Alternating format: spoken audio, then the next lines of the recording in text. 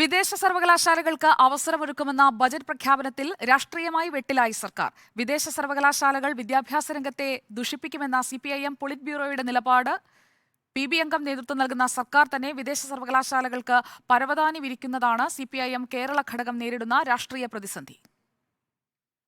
നയവും നിലപാടും ഒരു വഴിക്ക്, പ്രവൃത്തി മറ്റൊരു വഴിക്ക്. ഇതാണ് വിദേശ സർവകലാശാല വിഷയത്തിൽ സംസ്ഥാനത്തെ ഇടത് സർക്കാർ നേരിടുന്ന പ്രശ്നം. ജനുവരി 7-നാണ് വിദേശ സർവകലാശാലകളെ നഖശിഖാന്തം എതിർക്കുന്ന പ്രസ്താവന CPIM പൊളിറ്റ് ബ്യൂറോ പുറത്തിറക്കിയത്. ഒരു മാസം കഴിയും മുമ്പേ പാർട്ടി അധികാരത്തിലുള്ള രാജ്യത്തെ ഏക സംസ്ഥാന സർക്കാർ തന്നെ അതിന് വിരുദ്ധമായ നയം രൂപീകരിച്ചു. ഇതാണ് പിണറായി സർക്കാരിനെ വെട്ടിലാക്കിയിരിക്കുന്നത്. വിദേശ സർവകലാശാല വിഷയത്തിൽ പിണറായി സർക്കാർ വെട്ടിലാകാൻ കാരണവും ഇതുതന്നെ. വിദേശ സർവകലാശാല തീരുമാനത്തോട് വിയോജിച്ച് പാർട്ടി സംസ്ഥാന കമ്മിറ്റി അംഗം തന്നെ രംഗത്ത് വരുന്നുണ്ട്.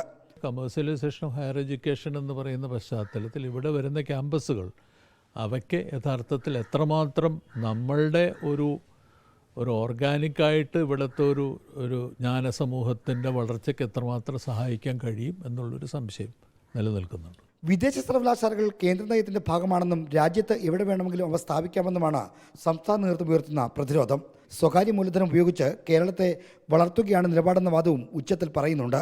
വിദ്യാഭ്യാസ മേഖലയിൽ സ്വകാര്യവൽക്കരണം എന്ന് പറയുന്നത് ഇപ്പോഴുള്ളതല്ലാന്ന് ഞാൻ പറഞ്ഞില്ലേ. മൂലധന നിക്ഷേപം വളരെ വർഷങ്ങൾക്ക് മുമ്പ് തന്നെ ഈ കേരളത്തിൽ അതിൻ്റെ ആദ്യകാലം മുതലേ ഉണ്ട് വിദ്യാഭ്യാസ മേഖലയിൽ. ഇനി അതിനെ കുറേയും കൂടി ആസൂത്രിതമായ രീതിയിൽ ഫലപ്രദമായി എങ്ങനെ കേരളീയ സമൂഹത്തെ മുന്നോട്ടേക്ക് നയിക്കാൻ ഒരു വിജ്ഞാന സമൂഹത്തിൻ്റെയും വിജ്ഞാന സമ്പദ് വ്യവസ്ഥയുടെയും ഭാഗമായിട്ട് കൈകാര്യം ചെയ്യണമെന്നുള്ള കാര്യത്തിലാണ് പുതിയ നിർദ്ദേശങ്ങളും കാര്യങ്ങളും വെച്ചിട്ടുള്ളത്.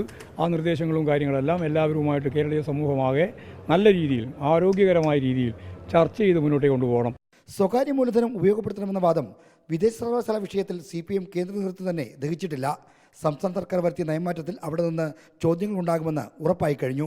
സ്വകാര്യ സർവകലാശാലകളെ പോലും ശക്തമായി എതിർത്തു പോന്നിരുന്ന പാർട്ടിയുടെ വിദ്യാർത്ഥി യുവജന സംഘടനകളായ SFIയും DYFയും വിദേശ സർവകലാശാല പ്രഖ്യാപനം വന്നതോടെ വെട്ടിലാണ്. എന്തിനൊക്കെയാണോ എതിർത്തു പോന്നിരുന്നത് അതിനെയെല്ലാം വാരിപ്പുണരേണ്ട ദുരവസ്ഥയാണ് ഇതിലൂടെ അവർക്ക് സംഭവിച്ചിരിക്കുന്നത്. റിപ്പോർട്ടർ, തിരുവനന്തപുരം.